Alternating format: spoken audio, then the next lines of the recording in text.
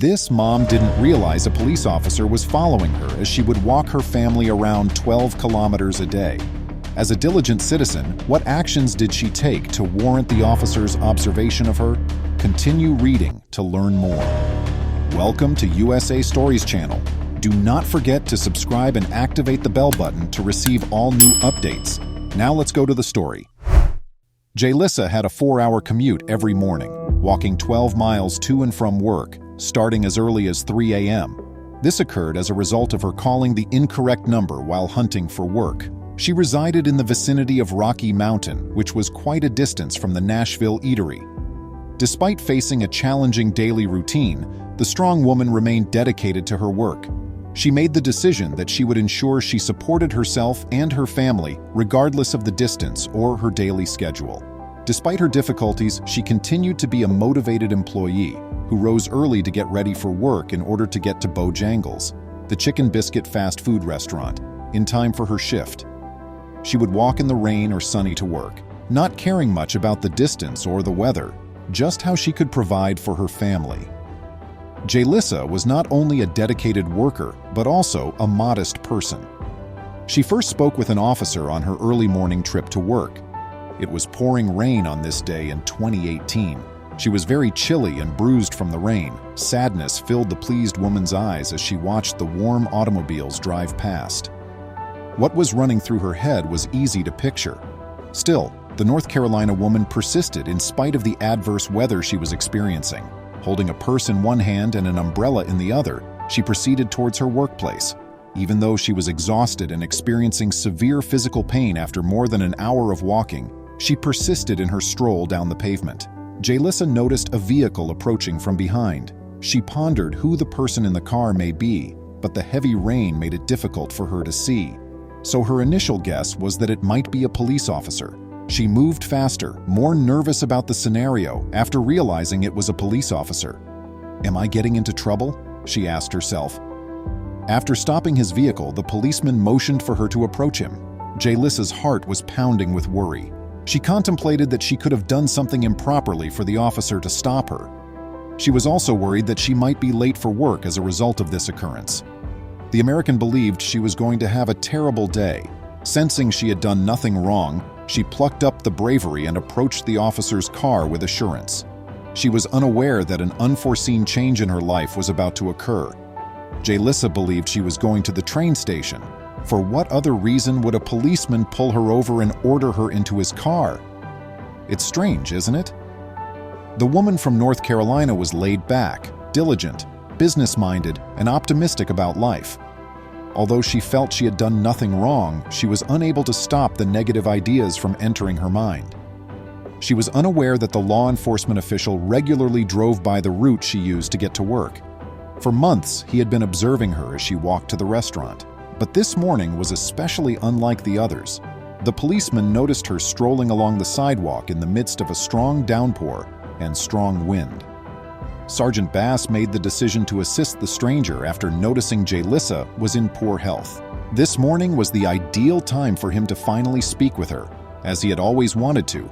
The policeman mused to himself that he might not have this opportunity again if he didn't speak with her right now.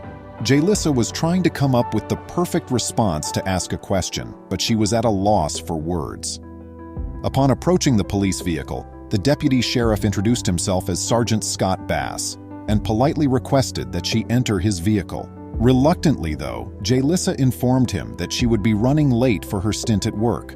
The officer took little notice of her response and reiterated the fast food employee was anxious since she had no idea what to anticipate when she was told to get into his car.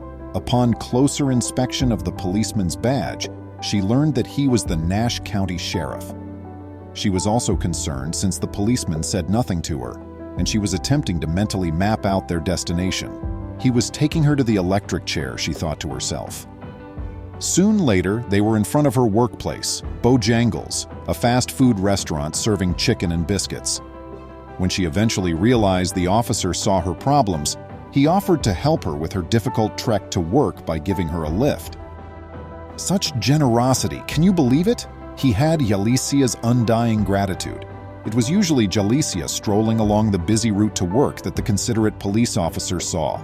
He was moved by her incredible energy and appreciated her commitment to her profession, despite bad weather and distance. Now, Yalicia's experience is incredible because it goes beyond this first lift, which thereafter became regular. Not only was the police officer, who was now a friend, giving her rides, but she was also getting requests for assistance from other sheriffs. I know, it's amazing. This kind police officer considered ways to make her workload less.